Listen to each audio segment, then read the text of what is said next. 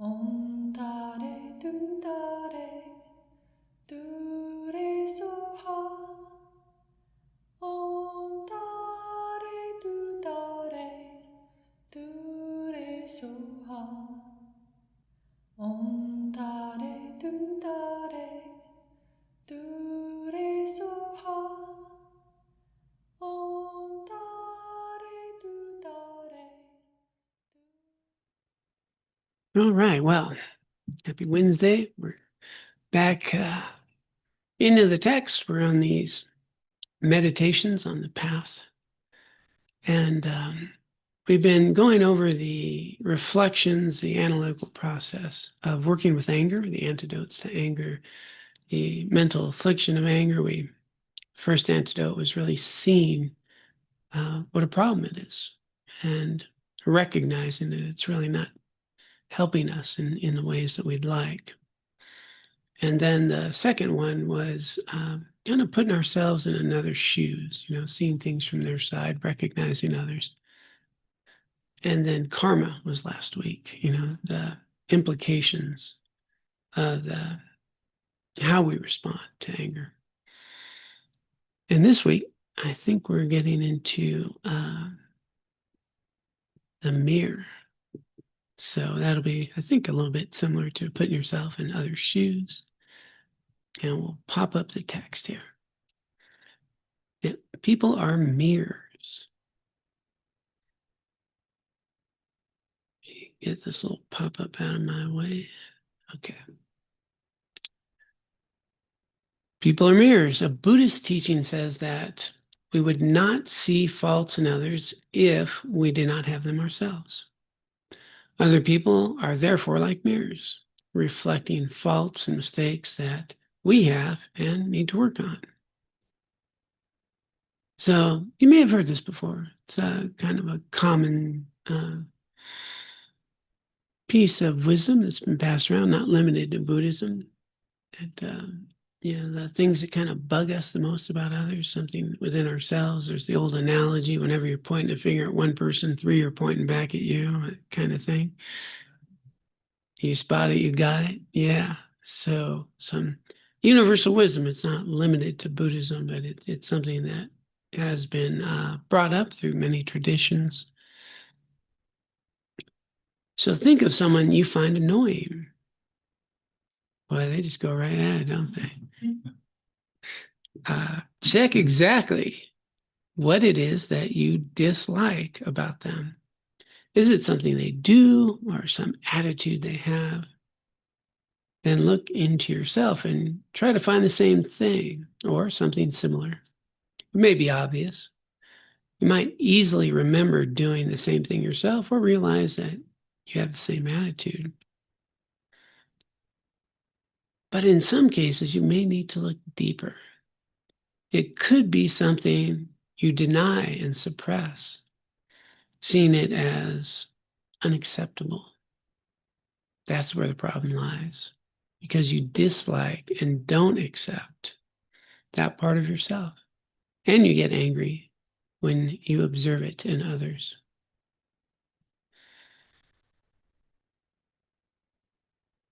Yeah, I'll continue.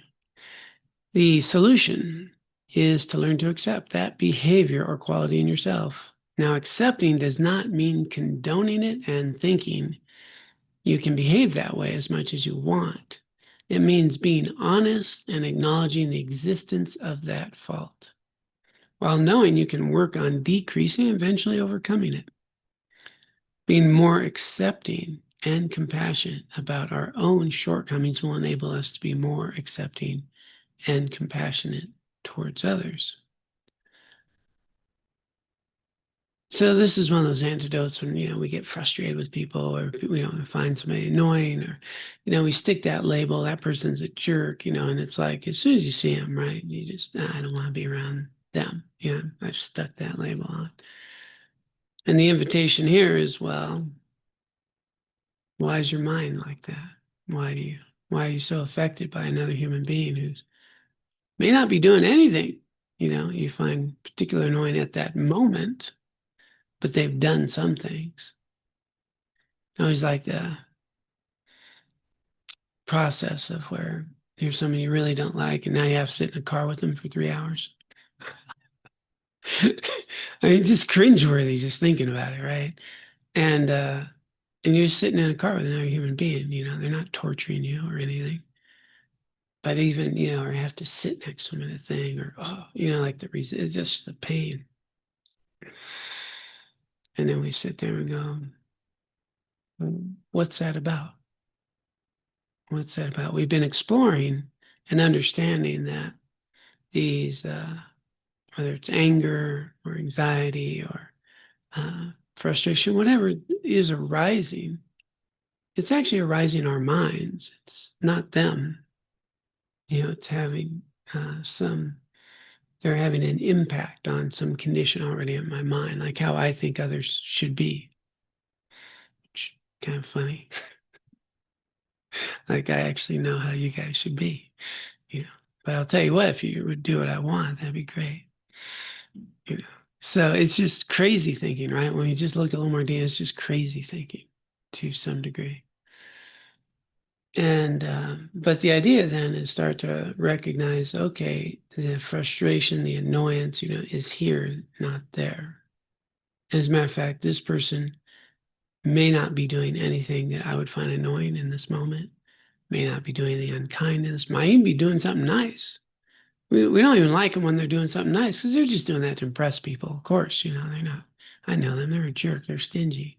They're helping someone. Yeah, but I know when they do other things, right? So even if they're doing something pleasant, I can be annoyed. And let alone something good happens to them. Oh, that'd be so painful, And we're just like, wow. And, where's all this coming from? My mind, my mind. And so then, we have this opportunity to reflect a bit. Why? So there's this mirror piece, right, that they're inviting. That some of the things that really bug me about others, things that I may not really acknowledge in myself. That's a very subtle thing. What I've found personally is sometimes the things that really kind of get to me about someone else is when it's something I personally have worked on a lot in my life to overcome, right? I used to be like that, I've worked on that, and they're like that. And it just, it's like, wow, I've worked really hard to not be like that, and they're like that, which means, well, I was like that. And now I'm just judgmental, which is not so bad, not as bad as who they are. It's just this crazy making sort of so things with our minds. And so then the opportunity to go, well, maybe I've worked really hard at doing that, but it's still there. I haven't overcome it yet. And so it's triggering. And so I can become intolerant of people who are doing things that I've worked really hard to not do anymore. Sometimes it's really obvious stuff, they're doing things that I know I do. I love it when you say somebody, man, so and so is so selfish. I mean, I've never been selfish in my life.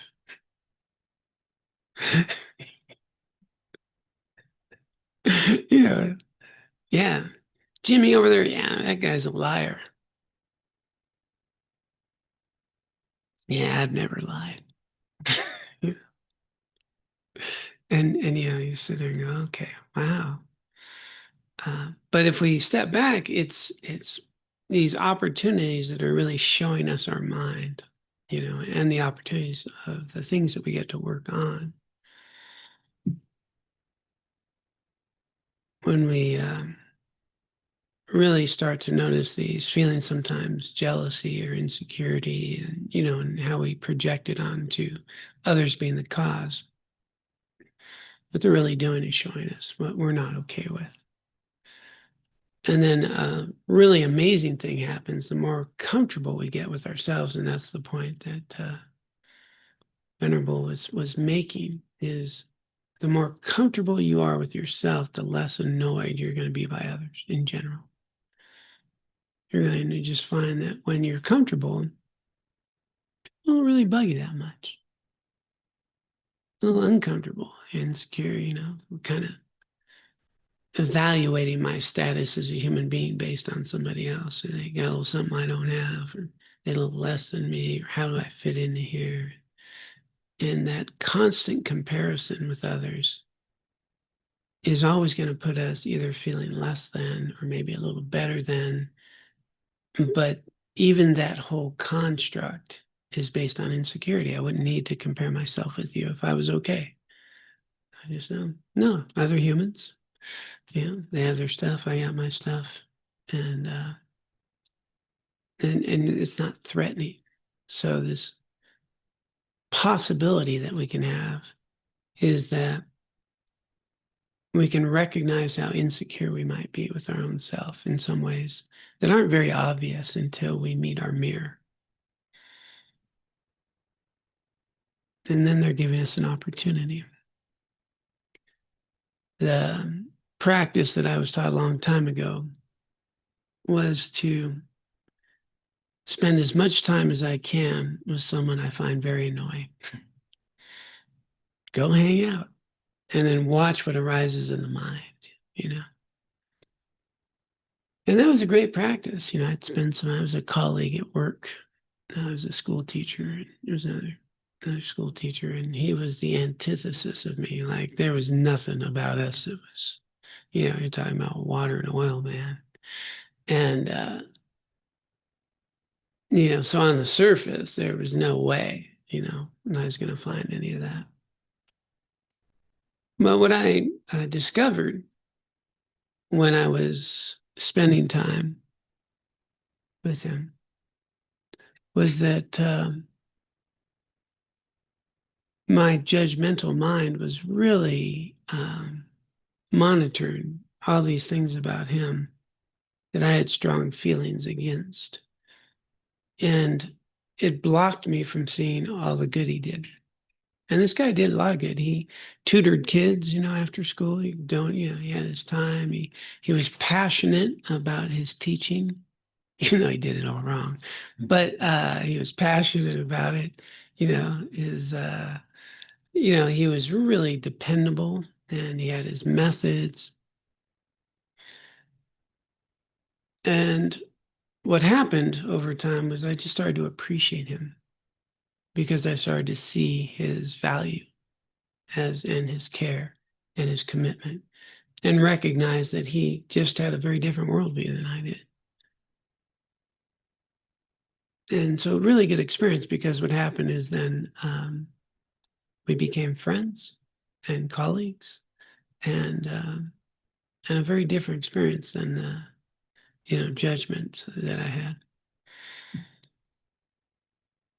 So when anger arises, we really have some opportunity to use it as a tool to understand ourselves, to recognize in general some insecurity, some things that we don't feel good about, and see how much the anger within me is being triggered by someone else, not causing it.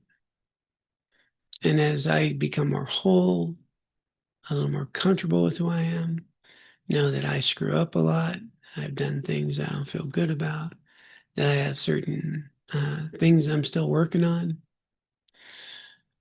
And so is everybody else. As my friend Dana used to say, everybody's funny.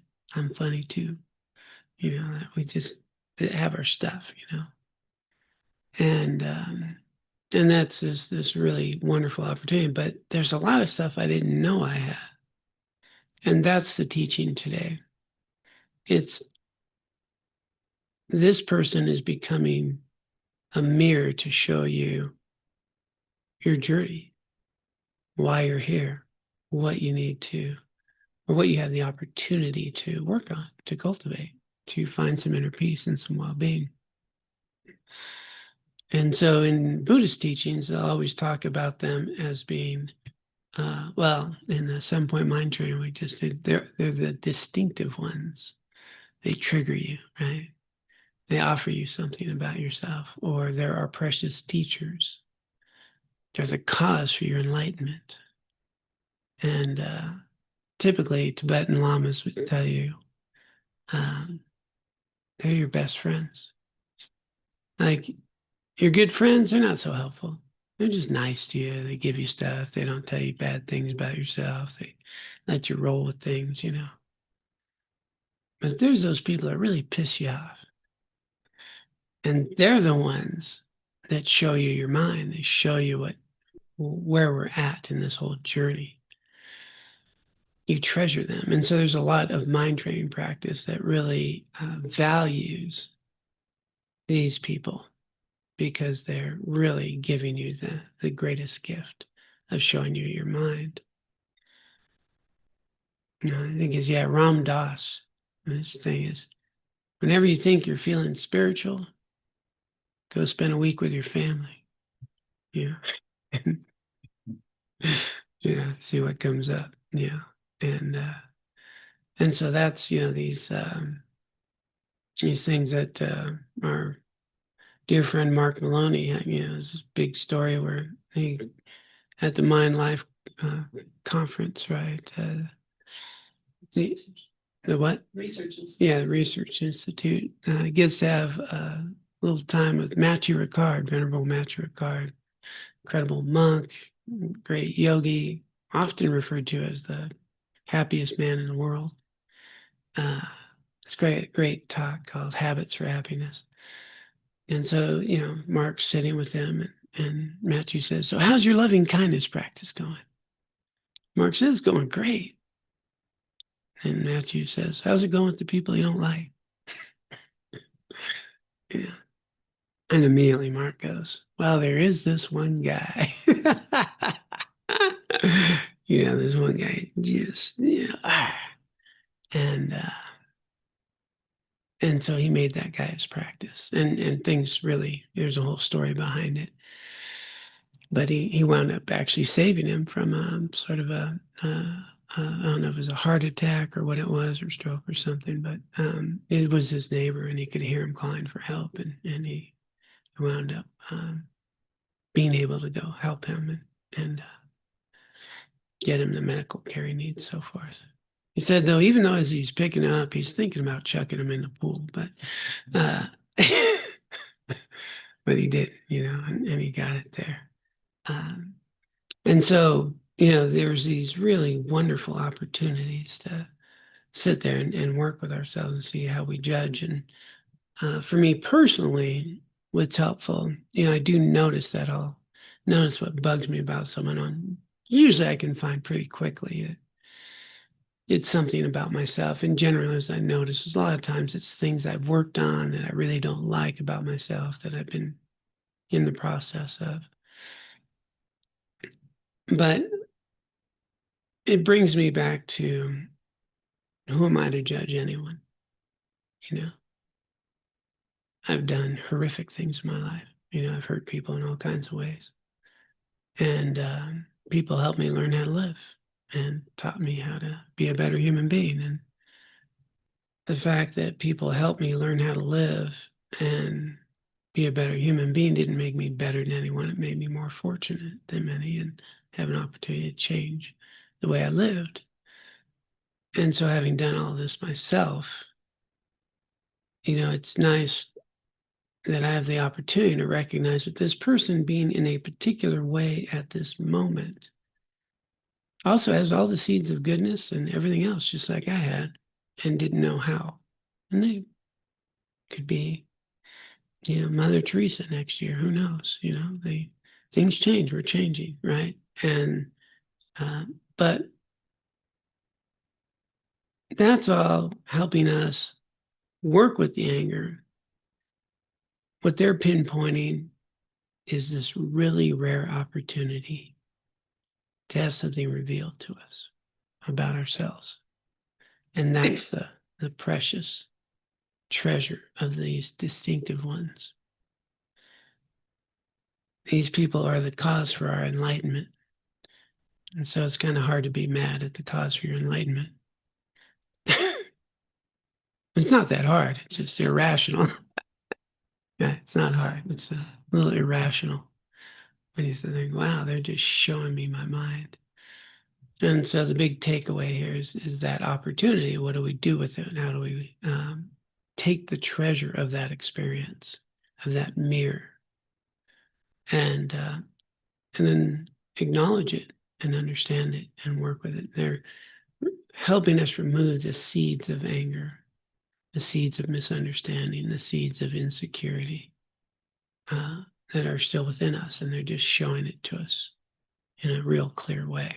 So they quite wonderful. As a matter of fact, from a strictly Buddhist perspective, they will say that sometimes even Buddhas will manifest in these forms in this way, just to be there at the right moment to, jolt you in some way that gives you an opportunity to see something. And so one of the practices that some people carry, and I think it's a great practice, I've done it sometimes, but not consistently, is to think that, anyone I meet might be a Buddha. Right? Everybody's got Buddha nature. There might be a Buddha. I don't know. And when I live like that, in those times that I practice it, you just get to learn from everybody. It's really great. And see the messiness of life, see my judgmental mind, see the things that happen, see my insecurities. Also see my strengths, my resiliency, the capacity to connect with others, the opportunities to extend myself, to be connected to others, to make a good use of this life, to be helpful, to be kind. These opportunities arise. And engaging in this, what happens is over time, you'll find less and less people annoy you, which is quite wonderful. But the opposite of that is when I find someone annoying,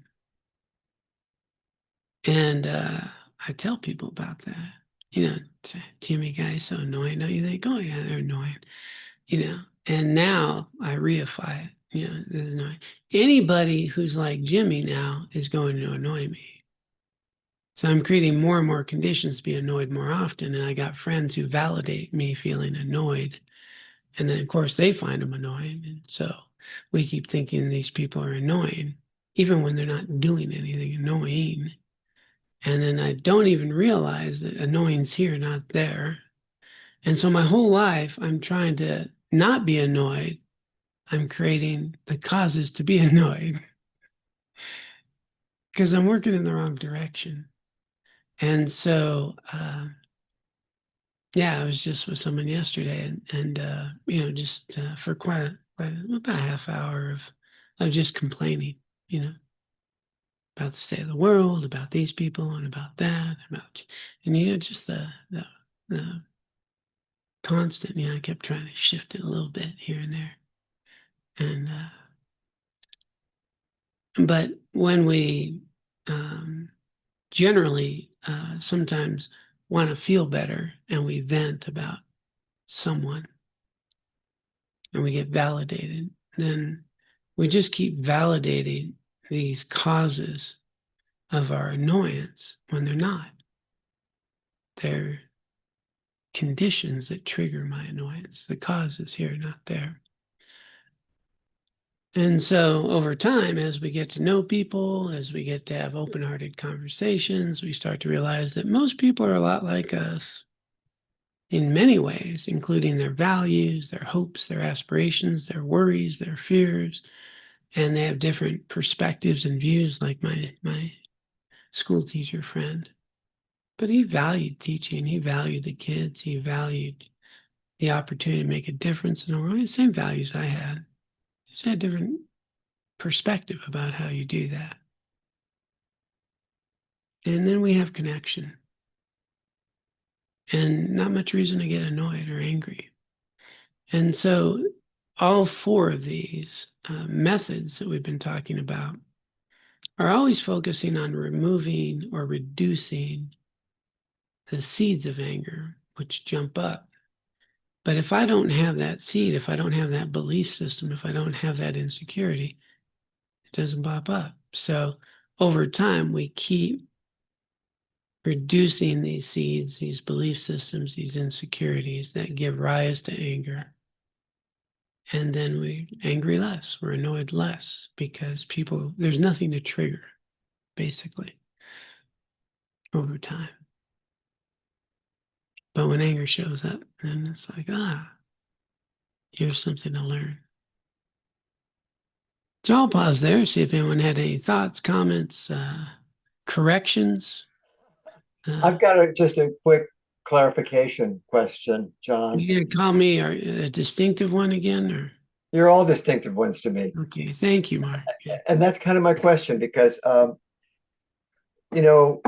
this so much isn't about anger, this particular one for me, because I don't get angry at people I don't like. But aversion, I think, is part of this same general thing, right? That in order to get through that aversion, because like I said, I don't get angry at this. I'm thinking of someone in particular now. I don't get angry at them, but I do. It's like the old expression. Some people just rub you the wrong way. Yeah. It's kind of like that. And yes, I do see things in this person that I probably have worked on in myself. But yeah, it's not really anger. It's just aversion, I guess. I don't know. Yeah. And, those are the sort of same principles that, that we're uncomfortable around certain people and there's a reason or there's an aversion.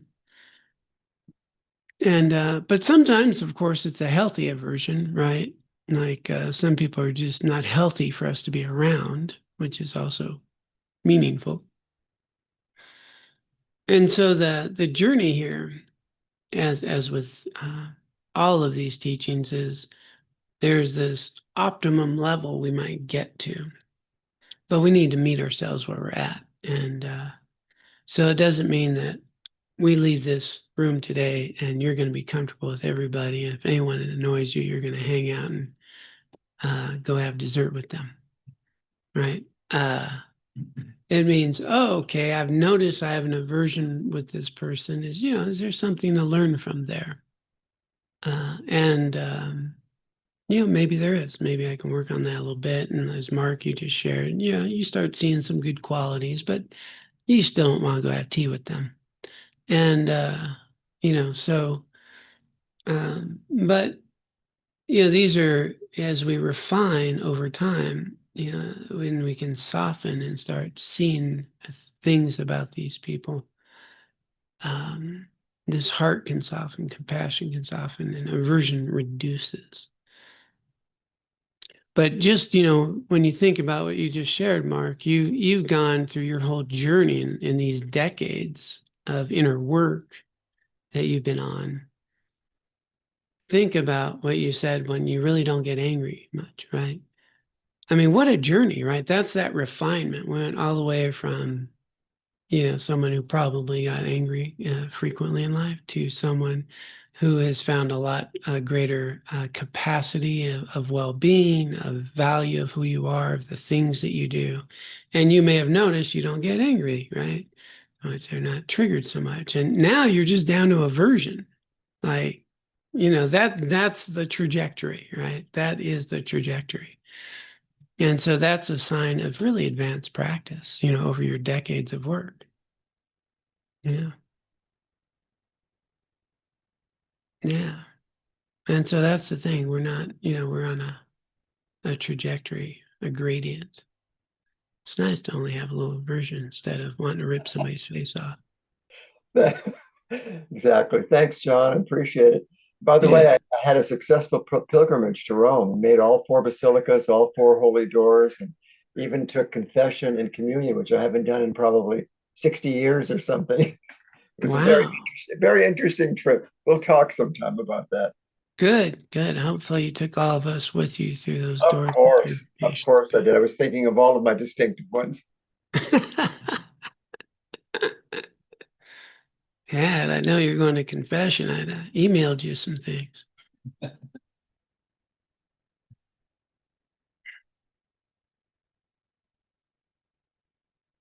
Yes. Weeks ago, you brought up wrathful passion, and maybe you covered this last week. You did. You don't have to repeat it, but I'm curious. You know what? Oh, Sorry, that way everybody, Yeah. that way I don't have to. A couple weeks ago, you brought up wrathful compassion, and it sounded like it was a way to be compassionate towards somebody, but also keep yourself safe from somebody. And I'm wondering if you could speak to that a little bit. Yeah. So compassion shows up in many forms. And if we remember that compassion is about reducing suffering, right? It's a desire to remove suffering, oneself or others. So often then a compassionate thing to do is sometimes have a firm boundary, for example, right? Have some healthy boundaries with someone. It's compassion to them and you. I don't hate the person. I see that they're struggling in their own ways and they're not safe to be around, right? And so out of compassion, I can set a boundary and let them know, right now, yeah, I can't have you in my life, and here's the boundaries. Don't text me or whatever we might need to do, right? Not because I hate you, just it's unhealthy right now. So that's a compassion activity of just setting a boundary. Wrathful compassion is this very heightened and very rare thing that very few people can do. But it will arise sometimes to really step in with a sort of, it almost looks like anger menacing to stop something. Like, sometimes I've had to do that to stop a fight, right? So I taught high school, North Long Beach, Compton, and something was about to get really bad, and to just get right there and get right in the face, because I want to prevent what's going to be, really violent. But there's no hatred there, right? There's just, you need this show of force right now. And so wrathful compassion would be something like that, where you're the energy that may come with that force. But the motivation is to reduce suffering. It's not hatred, it's not. And so those opportunities, it's just, sometimes it's just hard to do it because, we'll be angry, so it's really not compassionate. But even so, I think most humans, we could be angry in a situation and still do something that's compassionate, right? We're angry at someone.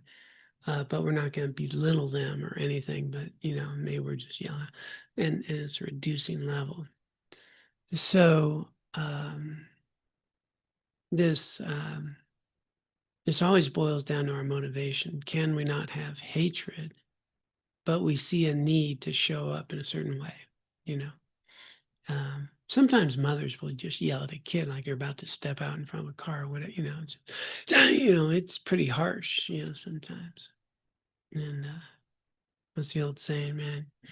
Nearly scared me to death. If you live, I'll kill you, or something, and so this idea of wrathful compassion is a clarity around our motivation. Where people, I think, get into some trouble with compassion is they view it as being a doormat, which is not compassionate, right? That increases suffering, being a doormat. You suffer, you increase someone else's harmful activities that create suffering. Like, it's just not compassionate. Having a boundary is often a much more compassionate thing than being a doormat. Holding someone accountable can be compassionate, or it could be self-serving. It just depends what our motivation is. But the motivation is really to reduce suffering. And So if I'm angry at someone and I'm trying to look at myself and what that's bringing up in me and looking at them as a teacher, I feel like that's a blurry line of stepping away from the person or continuing to learn from them, so to speak. so, speculating. So we're pretty easy in the West at being self-critical. And then having the idea that I should be able to work with people. right? That there's a shortcoming on my behalf. They're just triggering me in some way. I should be able to change, should be able to work with whoever. When in fact, there's some people we shouldn't be around, right? And they're triggering things and it's unhealthy. And so we're not taking it all on. Yeah, it's showing us something about ourselves. But sometimes it might be showing us that we're not able to take care of ourselves very well. And we're allowing patterns of unhealthy treatment of ourselves. And so there's a lack of sort of value and self-worth. Or we're just not good at confrontation, or we're just, And so sometimes these lessons are about how to have some self-worth, that you deserve to be around healthy people, that you deserve to have some nurturing environments. And it's unhealthy to keep putting ourselves in unhealthy situations thinking, we can fix it, or if I change, it'll be different. Now you got a pattern of an abusive relationship or something, right? Whether it be work or a partner or just friends, where we just kind of go along with things we don't feel good about. And so sometimes the lessons are very much about self-care. That was so good. Thank you. Yeah.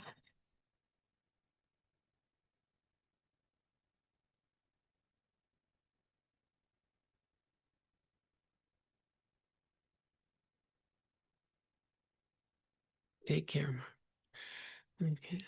Anybody else got anything? We're coming up to the top of the hour, and I don't want to just start at the next new topic.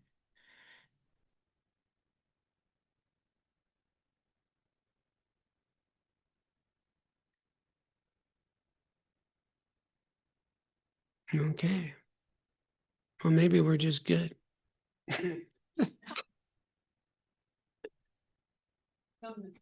John, I thought of something. Okay. The people that you have like the slight annoyance with or the aversion, are those the ones that are really a good practice for looking into your own mirror or looking at your own stuff? Yeah, whether it's a slight or a big annoyance, either way, they can be teachers. The question, if it's slight annoyance or so things, that can often be easier to work with, right? And so it's much harder to put yourself around people that really trigger you. A lot of times working with the people where we're annoyed or we notice we have some judgments about, they're a good stepping stone, right? To work with and have that opportunity. And that they're safe, they're not an unsafe person to be around or unhealthy situations. And family members are good, right? Because, we love them, we just can't live with them. And so you sit there and you go, okay, well, sometimes they're good to work with. But yeah, no, go ahead. Like when it's something like you said that you've worked on a lot and so it annoys you when you see other people doing it, how do you work with not giving them a lot of advice about you should really work on this, or here's what I did to I assume that's not gonna be helpful, but Yeah, rarely is offering advice helpful in any level. My rule of thumb with advice is I never offer it unless I'm asked. And I found that, a lot of people never ask, even though I'm pretty sure they should. We just had my daughter, her husband, the granddaughters were over.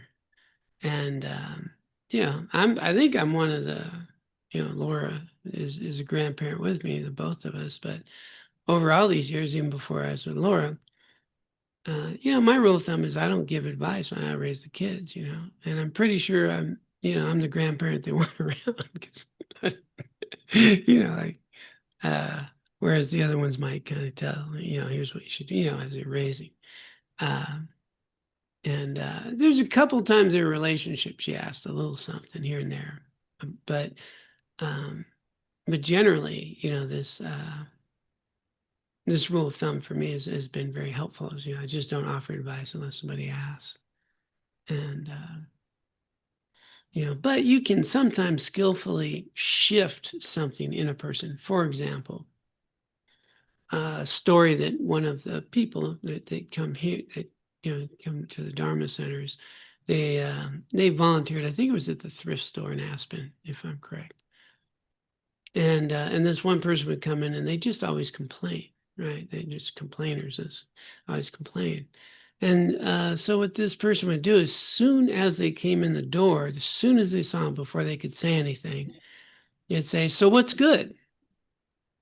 And and the person would have to think about what's good, right?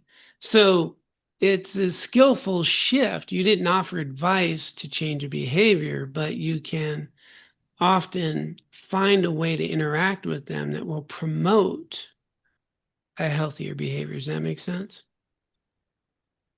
Yeah. Thanks. Yeah. So what's good, Kimberly? Hi. Hi. There's some good things. Good.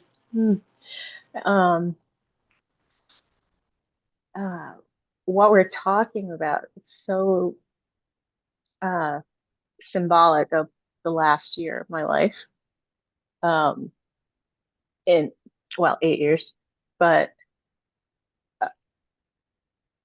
you're capturing the journey that I've been on.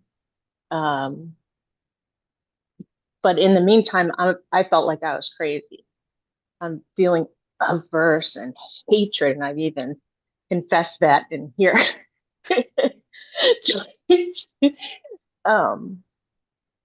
My stepson and my partner, and I've left that. And it's helpful to hear you talking about the different places my mind has been, the insecurity, the blaming, so averse. And I'm really grateful to have landed here with the help of others. But it helps me to understand, I think, why I felt so crazy and stayed there for so long. But this is incredibly valuable, because now there's a lot of wonderful things that have come out of it, not having to do with my happiness. But I hope I'm making sense. But this is my story of learning for the last year. Hope I wasn't just rambling. It's really wonderful to see you flourishing now, and such a result of so much that you've done. Yeah, it's really good to see you shine. Yeah, thank you. Thank you. All right, Keith.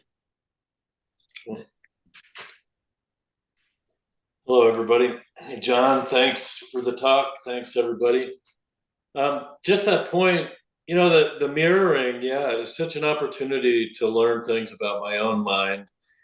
And the point you also touched on with that one guy, your assignment to go spend time with someone you find annoying, and then you became friends. And I found that to be really interesting. Again, this is some pickleball Dharma. We're just meeting so many great people and making wonderful connections with people. A lot of new friends. It's really, really nice. And there have been people I have found annoying and who have annoyed me. And I could think of 3 in particular over different issues.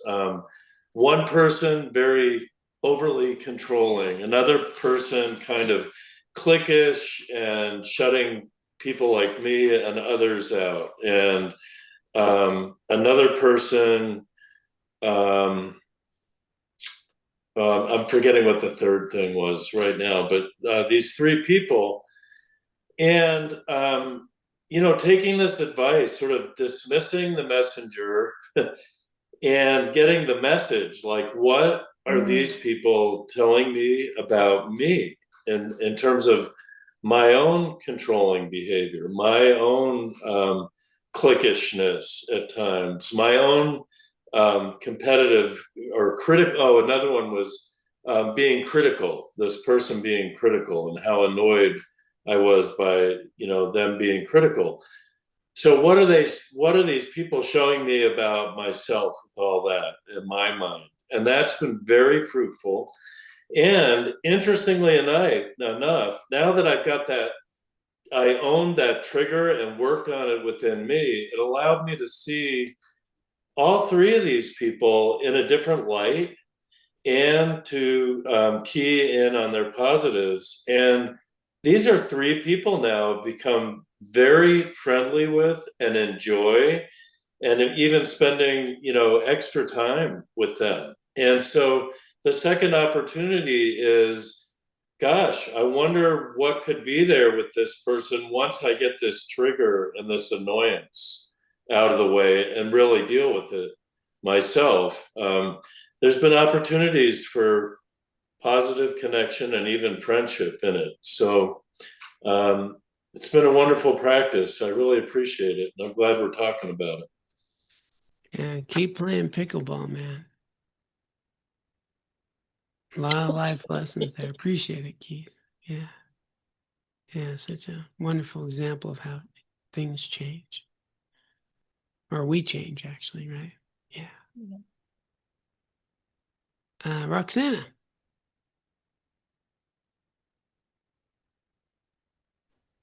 Hi. So I have a question. I was riding with my son in his car. He's got a BMW 4 on the floor, and in Portland, driving like he's on a racetrack when he's on the highway. And I don't drive like that. And I didn't say anything. I just sort of white knuckled it on my own, but so the question is, that was bothering me, but I don't drive that way. So I understand the mirroring concept and stuff like that, but there are also times when people do things that bother me, that I don't perceive that I do those things. Does that make sense? So Yeah. And I wouldn't put this in the category of annoyance or anger, fear, right? If I'm in fear, someone's driving unsafely to me, it's not a mirror. It's really an opportunity to just share that, I'm uncomfortable. I'm afraid right now. Could you slow down? Right. So the mirror there is, what's preventing us from, saying something to take care of our own safety. Laura has mentioned that to me, that she's uncomfortable with the, speed I'm driving. And, and when she shares it, that it's uncomfortable, then yeah, I'm like, okay, I'm going to slow down from 37 to 35. That's going to make you more comfortable. I'm there for you. And, but criticizing the driving is not very helpful, but sharing the fear is very helpful. And then the other person can see that and recognize, because they're unaware of your fear. And to them, they're just driving the way they drive, right? Right. Yeah. Thank you. You're welcome. Ashley. Hi, John.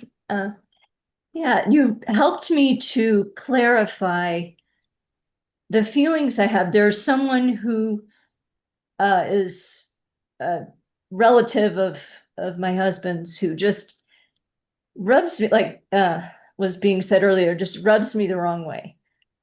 And I was trying to figure out, why is that? What is it about her that annoys me?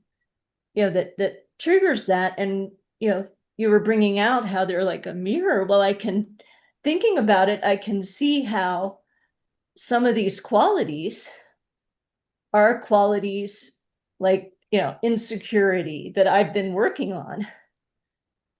And I guess I still have more work to do on it. But this did help to kind of give me an understanding of why I feel that way, even when she's just sitting in the room and we're not doing anything particularly. Yeah. Yeah.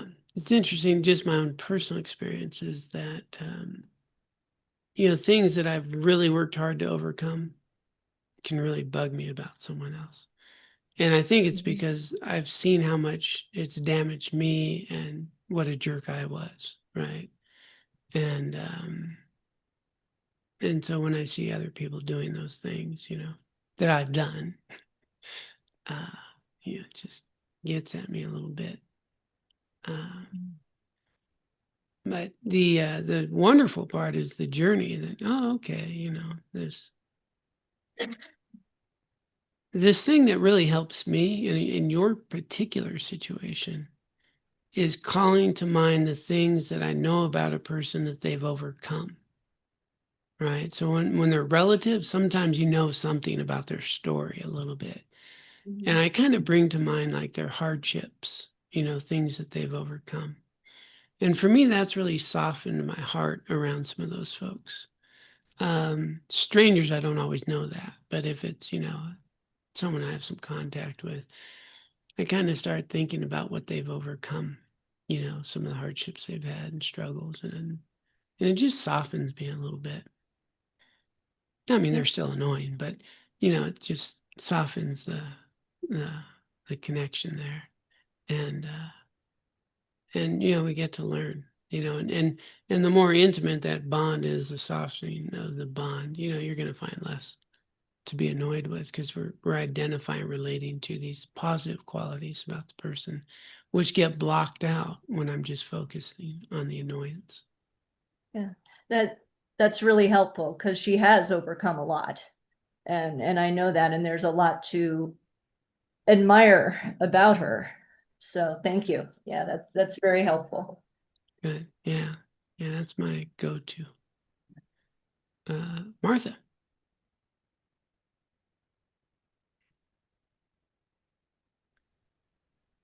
This has been just really, really helpful, John. Thank you. And other people's stories of their experiences. And I have not one, but two people in my life that are very annoying to me.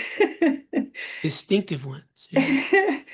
And I think that one of the things I'm hearing that's helpful is that it's okay to not expose myself to their presence more than is, maybe necessary. I don't have to seek them out as I try and understand what within myself may be being mirrored, and that I need to learn from, a difficult person. And that's good. I can do it, privately from afar, and not cause the kind of difficulties that can sometimes arise when I am around one of these people, especially. So thank you for that. Yeah, thank you for highlighting that. It's just, so important to remember that we don't need to put ourselves in unhealthy and unpleasant situations, right? They'll show up anyway. You don't have to go look for them. It's they'll pop up. Yeah. We'll go Laura and then Kimberly. Yeah. Thanks, everyone, for your shares, your stories. It brings to mind one person that I did a lot of work around who caused quite a bit of harm, some fear, and I certainly had some anger. And what I remember is what I was struggling with within myself was that tendency, when that's the situation, that tendency to have the mind go to ill will, the heart go to, just not wanting them to be well. And so I took this person and put them in a metta loving kindness meditation every single day for a month. And what a difference. What a difference. So I was watering those seeds of wishing them well. And by doing so across that month, beginning to really see how them being more well would actually be more well for everyone around them. And so I just bring that up because it's another strategy that has been profound. I had no idea I could change in a month's time so much my feelings towards this person and my ability to wish them well and come around the corner downtown and see them as a surprise and honestly just wish them well. So yeah, that was a really wonderful process and a great example of how powerful that is. Thank you. All right, Kimberly. Oops. Sorry. That was. There we go. You just don't want to hear what I have to say. No, I was trying to put your hand down and I muted you. Sorry. Sorry. Laura, that was really helpful, and also in what I was going to say. In reflecting again on the past year, I was really seeing my stepson as a massive ball of self-loathing that was unpredictable and could hurt. And trying to, and it's true because I worked so hard to overcome that and was trying to solve it. But the more well that I've gotten, it was revealed with help that it was unhealthy. And that wasn't for me to solve. It was to care for myself. And I do want to water the seeds of skillfulness to change that whole dynamic. Thanks for listening. Okay, thanks, Kimberly.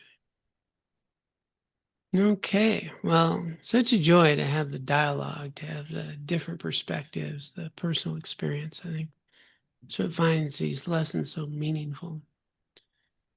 Something we can all take away from it, I hope. Let's go ahead and dedicate the merit and the wisdom of our time together. A lot of things we could have been doing on a Wednesday evening, and we chose to come together to support each other in learning how to live, become better human beings, engage in activities that help us reduce suffering and anger and increase our ability to connect with others in healthy ways, to be good to ourselves, and to engage in a path that brings us to actual liberation, understanding, and this path of awakening. So with that, it's a great deal of merit. And those who'd care to, I invite you to join me in a dedication of this time together.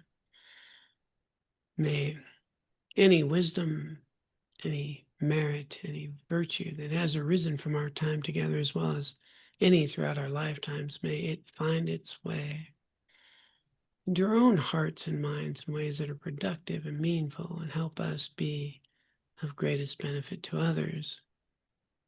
May the conditions that have given rise to us to have these opportunities find its way into the world, that others find a path that frees them from suffering, that helps them discover their inner resources, their path to liberation. And we may all benefit from the kindness, the compassion, and the teachings, the wisdom teachings that authentically lead to liberation.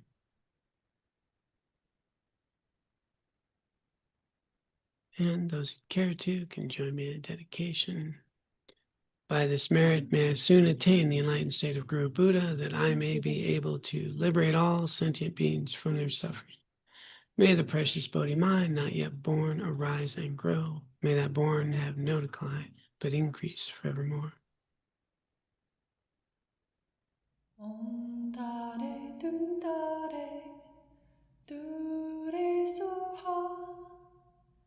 Om Tare Tu Tare Tu Re Soha.